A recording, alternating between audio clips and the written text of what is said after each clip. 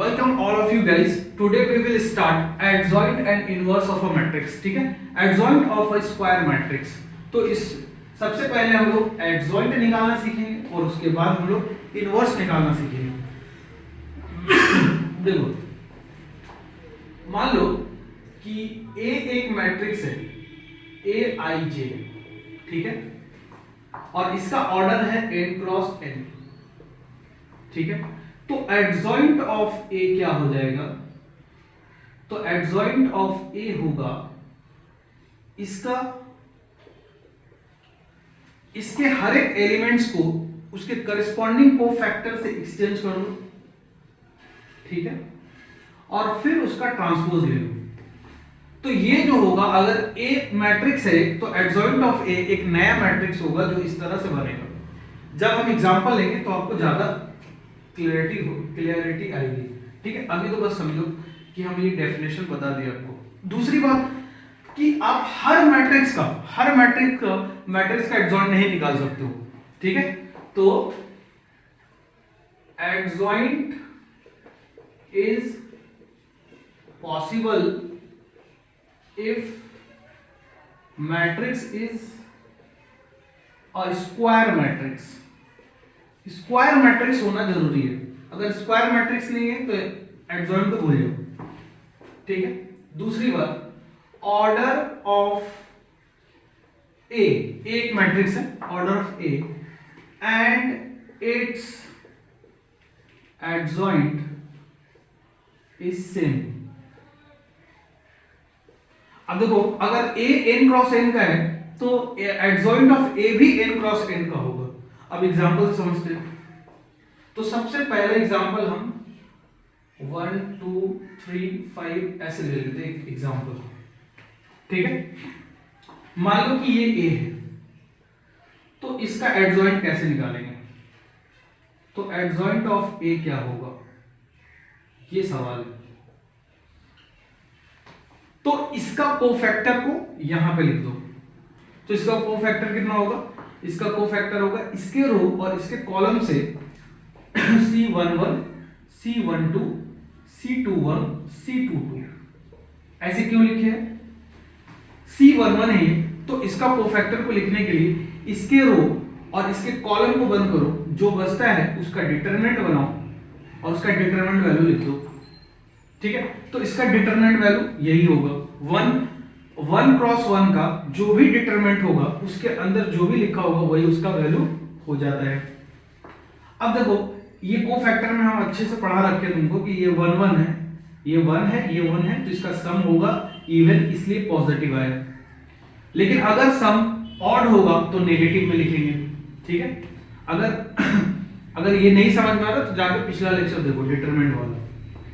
अब ये 2, इसका 1 2 कौन है? ये, तो इसके रो और इसके कॉलम को बंद करो तो -3 आ जाएगा, ठीक है.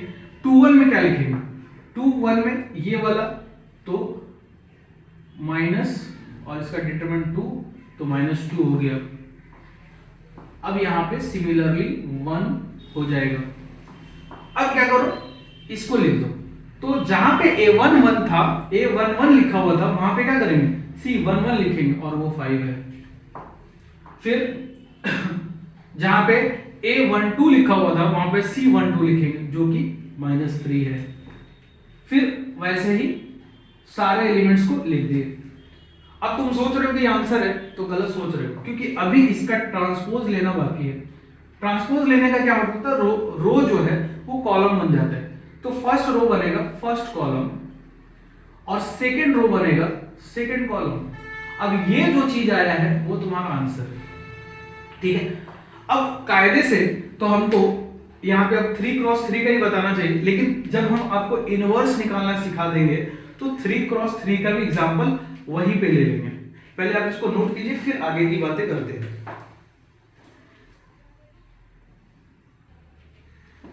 अब देखो, इसमें कुछ नोट बता देते हैं आपको. पहली बात, अगर 2 क्रॉस 2 का अगर आपको कभी भी निकालना है मतलब कि एडजॉइंट, तो वो बहुत आसान है. ये वाला जो एलिमेंट्स है ना, ये वाला एलिमेंट्स, इसको बोलते हैं डायगोनल एलिमेंट्स. और ये वाला जो एलिमेंट्स है उसको बोलते हैं ऑफ डायगोनल एलिमेंट्स। तो कभी भी for adjoint of A where A is 2 cross 2, where A is 2 cross 2, कभी भी adjoint of A निकालना है जहां पे A 2 cross 2 का ही होना चाहिए। तो आप इसमें पहला काम क्या करो, इंटरचेंज द डायगोनल एलिमेंट्स, ठीक है। और दूसरा काम क्या करो, टेक माइनस नेगेटिव साइन,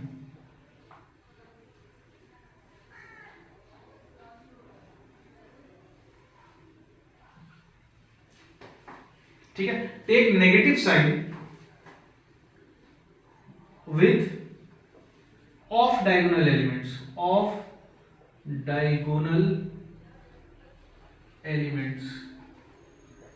अब ध्यान से देखो, ये वाला जो था हम क्या बोल रहे हैं कि अगर आपको 2 क्रॉस 2 का मैट्रिक्स मिल जाए तो एडजॉइंट निकालने के लिए इतना सोचना नहीं, क्या करो, डायगोनल एलिमेंट्स को चेंज कर दो। जैसे कि 1 5 था ना, तो अब देखो 5 1 हो गया, और जो ऑफ डायगोनल एलिमेंट्स है उसके साथ माइनस साइन लिख दो, पहली बात तो ये हो गई। दूसरी बात कि अगर एडजॉइंट ऑफ ए है, जैसे कि एडजॉइंट निकालना मतलब थोड़ा मुश्किल बात तो है, और अगर मान लो आपसे बोल दिया जाए कि a इंटू एडजॉइंट ऑफ ए निकालो, तो क्या करोगे? तो आप इसको देखो, कोई मैट्रिक्स है a और उसका एडजॉइंट से उसको मल्टीप्लाई करना है, तो बहुत बड़ा टास्क होने वाला है, क्योंकि एडजॉइंट निकालने में ही हालत खराब हो जाएगी।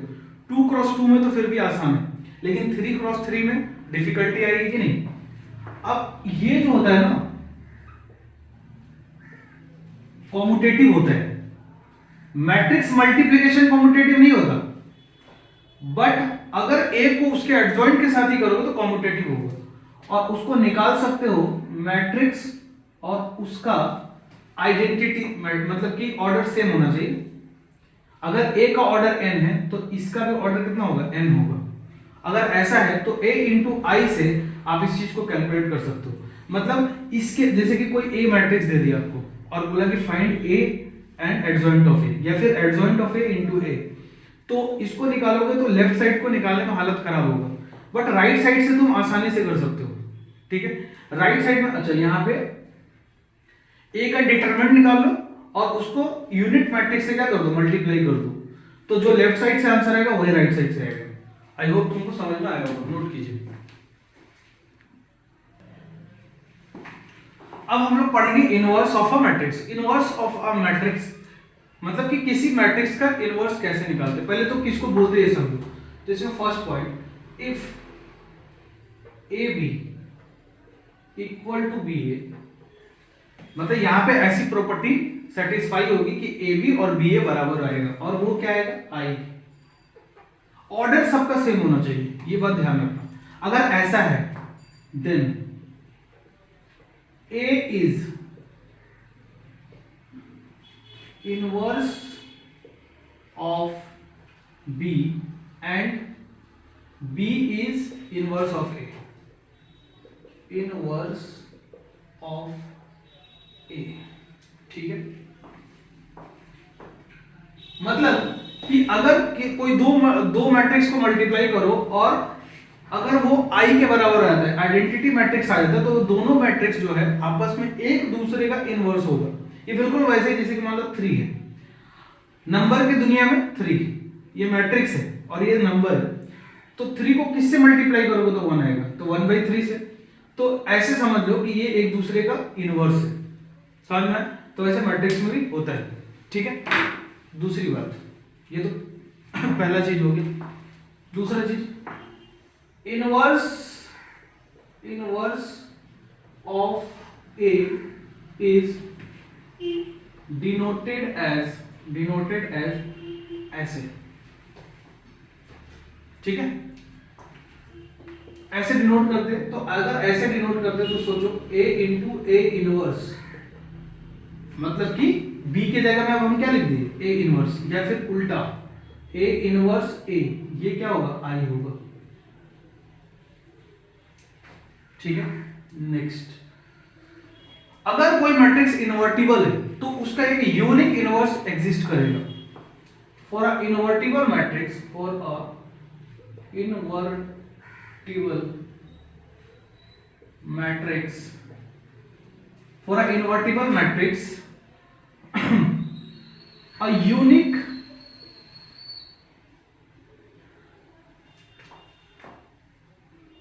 inverse exist। अगर कोई मैट्रिक्स इनवर्टिबल है तो उसका एक और एक ही, मतलब एक ही इनवर्स एग्जिस्ट करेगा। जैसे कि 3 को किससे मल्टीप्लाई करेंगे तो 1 हो जाएगा, तो उसके लिए दुनिया में एक ही नंबर है 1/3 और दूसरा कोई नंबर नहीं है। आई होप समझ में आ गया होगा।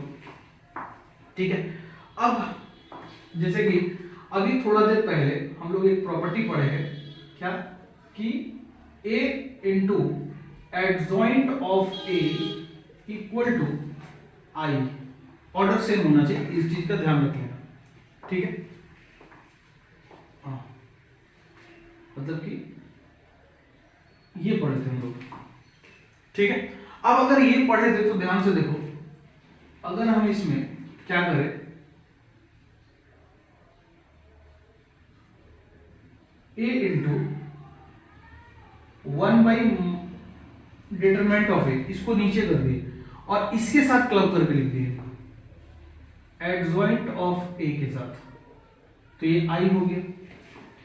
अब सोचो अगर किसी मैट्रिक्स में, देखो पहली बात तो ये कि किसी चीज का डिटरमिनेंट एक नंबर होता है, किसी मैट्रिक्स का डिटरमिनेंट एक नंबर होता है, और किसी नंबर को किसी मैट्रिक्स में मल्टीप्लाई करोगे तो मैट्रिक्स ही रहेगा।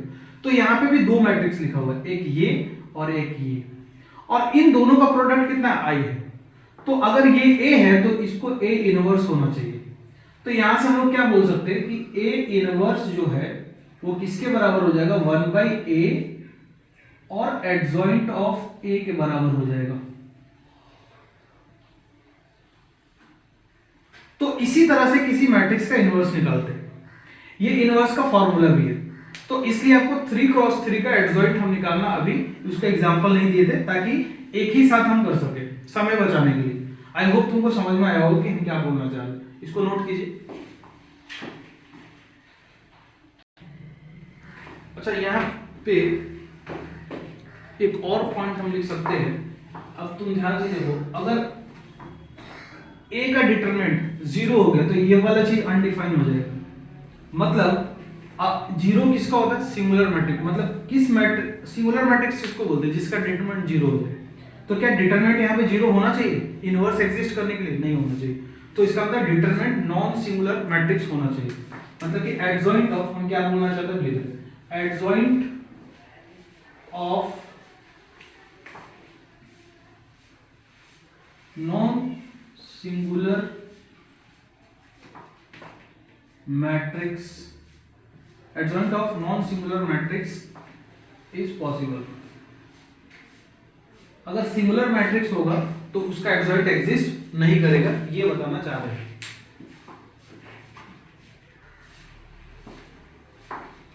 अब देखो, फाइंड द इनवर्स ऑफ ए, इसका इनवर्स निकालना है। तो जब भी इनवर्स निकालना पड़े तो सबसे पहले तो फॉर्मूला देखो क्या है। अगर आप ए इनवर्स निकालना चाहते हो तो क्या फॉर्मूला यूज करोगे, चलो यहां लिख देते हैं। ए इनवर्स निकालना चाहते हो तो आप लिखोगे 1 by determinant of A adjoint of A. तो सबसे पहले तो मॉड ए निकालना चाहिए, यानी कि डिटरमिनेंट ऑफ ए निकालना चाहिए। तो डिटरमिनेंट ऑफ ए कैसे निकालोगे, 3 -1 -2 2 0 -1 3 -5 0, ये वैल्यू निकालेंगे। ठीक है, और उसके बाद हम लोग एडजॉइंट निकाल। अच्छा, अगर ये 0 आ गया तो क्वेश्चन तो वहीं खत्म हो जाएगा, क्योंकि अगर ये 0 आ गया तो इसका मतलब ये सिंगुलर मैट्रिक्स हो जाएगा, और सिंगुलर मैट्रिक्स का कभी भी इनवर्स एग्जिस्ट नहीं करता है। लेकिन अगर नॉन 0 आया तो फिर तुमको एडजॉइंट ऑफ ए निकालना पड़ेगा, और एडजॉइंट ऑफ ए निकालने के लिए तुमको C11 भी निकालना पड़ेगा, C12 निकालना पड़ेगा, C13 निकालना पड़ेगा। तो इस कैलकुलेशन में थोड़ा टाइम बचाने के लिए हम कैलकुलेशन करके फिर वीडियो ऑन करेंगे।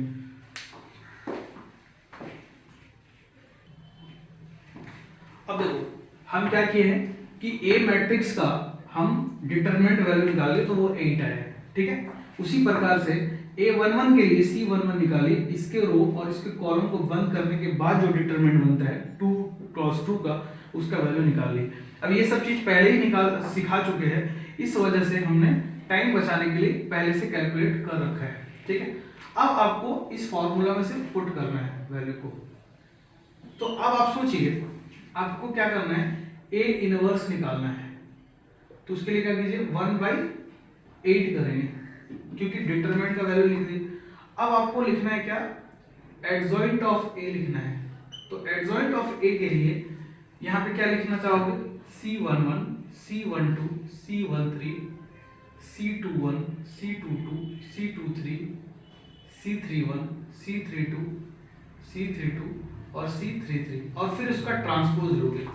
तो तुम इसका ट्रांसपोज लोगे तो 1/8, तो ये वाला जो चीज है ना ऐसे हो जाएगा C11, C12, C13, C21, C22, C23, C31, C32, C33। मतलब फर्स्ट रो फर्स्ट कॉलम बन गया, सेकेंड रो सेकेंड कॉलम बना और थर्ड रो थर्ड कॉलम बन गया। अब वैल्यू उठा के डाल दो 1/8। क्या करेंगे, C11 की जगह में कौन है, -5, 12 की जगह -3 और इसकी जगह -10। तो अब देखो दूसरे वाला रो में ये वाला लिखा जाएगा, दूसरे वाला कॉलम में 10, 6, 12 और इसके जगह में 1, -1, 2। ये हो गया आपका ए इनवर्स। अब इससे क्या फायदा हुआ कि तुम 3 क्रॉस तुम एडजॉइंट निकालना भी इस एग्जांपल में देख लिए और इनवर्स का एग्जांपल एक ही साथ देख लिए, ठीक है। अब इसको मल्टीप्लाई कर दो, तुम सिर्फ इसको मल्टीप्लाई कर दो। तो मल्टीप्लाई कर दोगे तो क्या हो जाएगा, -5/8। अगर किसी मैट्रिक्स में स्केलर को मल्टीप्लाई करते तो हर एलिमेंट्स में मल्टीप्लाई होता है। 10 के साथ करोगे तो 5/4 हो जाएगा, 1/8 हो गया, -3/8 हो जाएगा और यहाँ पे आई गेस 3/4 होने वाला है, -1/8 हो जाएगा, -5/4 और 3/2 और यहाँ पे हो जाएगा 1/4। आई गेस कि यही आंसर आना चाहिए, ठीक है। चलो नोट कीजिए।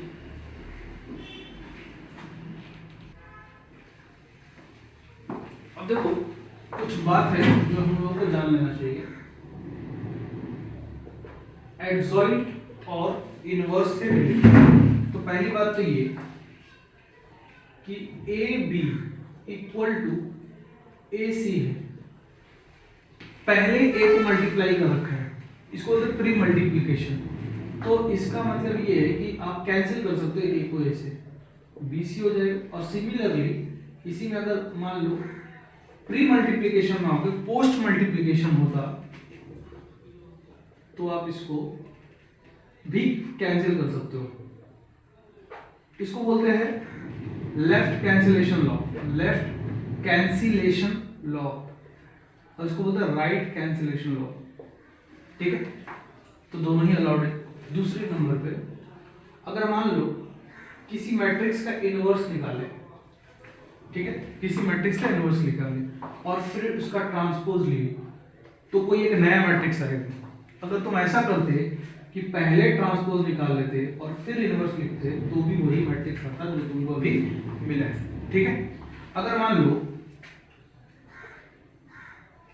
A is symmetric मैट्रिक्स, अगर A एक सिमेट्रिक मैट्रिक्स है, अगर ऐसा है तो A इनवर्स भी एक सिमेट्रिक मैट्रिक्स होगा। A inverse is also a symmetric matrix, ठीक है। नेक्स्ट मान लो कि ए बी, ऐसी ही प्रॉपर्टी हम लोग ट्रांसपोज में भी पढ़े थे, ठीक है।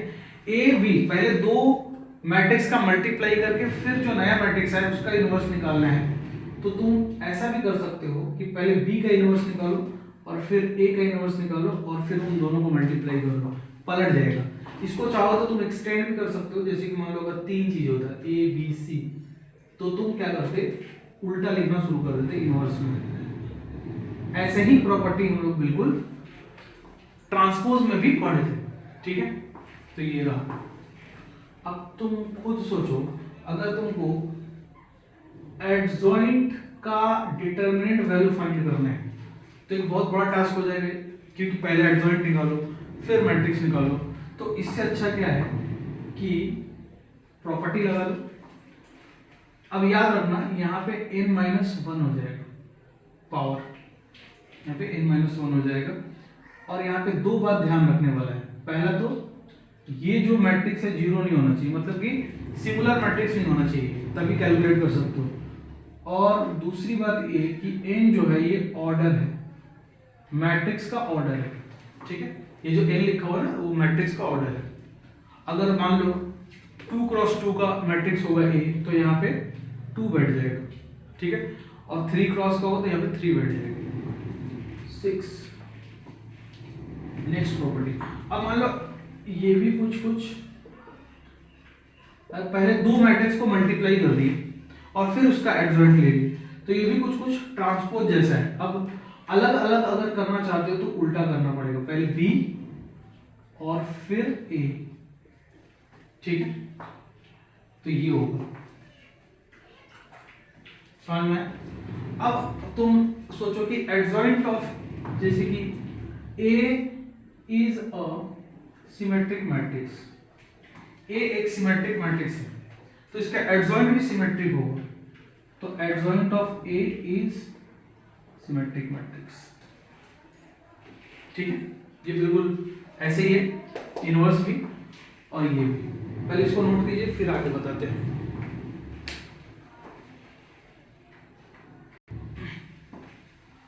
अब नेक्स्ट पॉइंट को समझ लेते हैं, 8 नंबर। अगर मान लो कि तुमको एडजॉइंट निकालना है, किसका?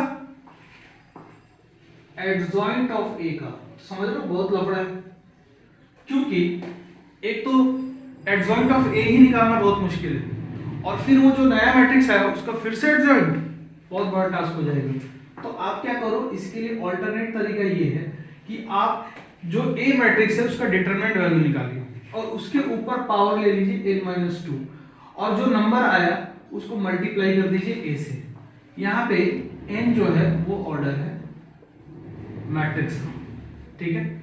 अब दूसरी बात, अब सोचो इस एडजॉइंट और एडजॉइंट ऑफ ए का, इसको निकाल के अगर तुमको बोले फिर से इसका डिटरमिनेंट वैल्यू निकालो तो समझ में आ गया होगा ये भी बहुत मुश्किल चीज है। तो इसके लिए क्या करते हैं, ए का ही मैट्रिक्स निकालो और उसके ऊपर पावर कितना ले लो, n-1 का होल स्क्वायर। अगेन यहाँ पे n क्या है, ऑर्डर है। बोलो समझ में।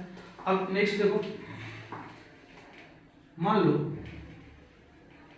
A इनवर्स है, मतलब कोई मैट्रिक्स है और उसका इनवर्स का डिटरमिनेंट वैल्यू चाहिए। तो तुम क्या करो, डिटरमिनेंट वैल्यू निकालो, डिटरमिनेंट वैल्यू पहले निकालो और फिर इनवर्स ले लो उसका। इसका क्या मतलब है, वेयर ये वाला जो चीज है ना ये यही है, पावर है, ठीक है। तो इस तरह से आप यहां पे अब एक अगला प्रॉपर्टी समझ लो, सुनो। If a into B equal to 0, इसका क्या मतलब है, a एक मैट्रिक्स है और b एक मैट्रिक्स है और इन दोनों का मल्टीप्लीकेशन क्या है, 0 है।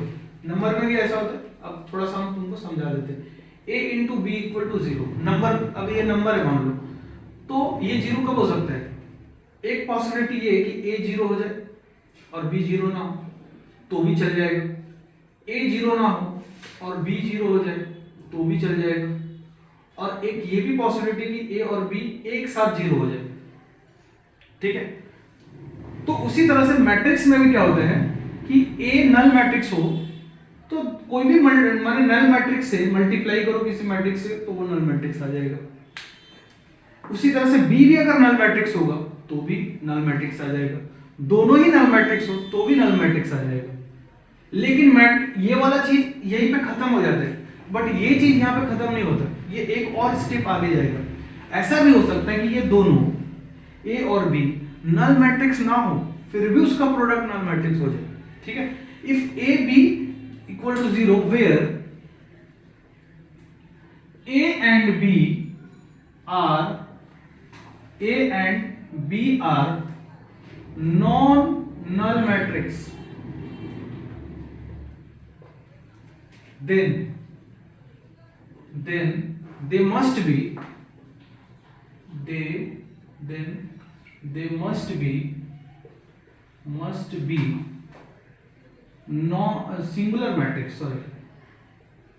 singular matrix,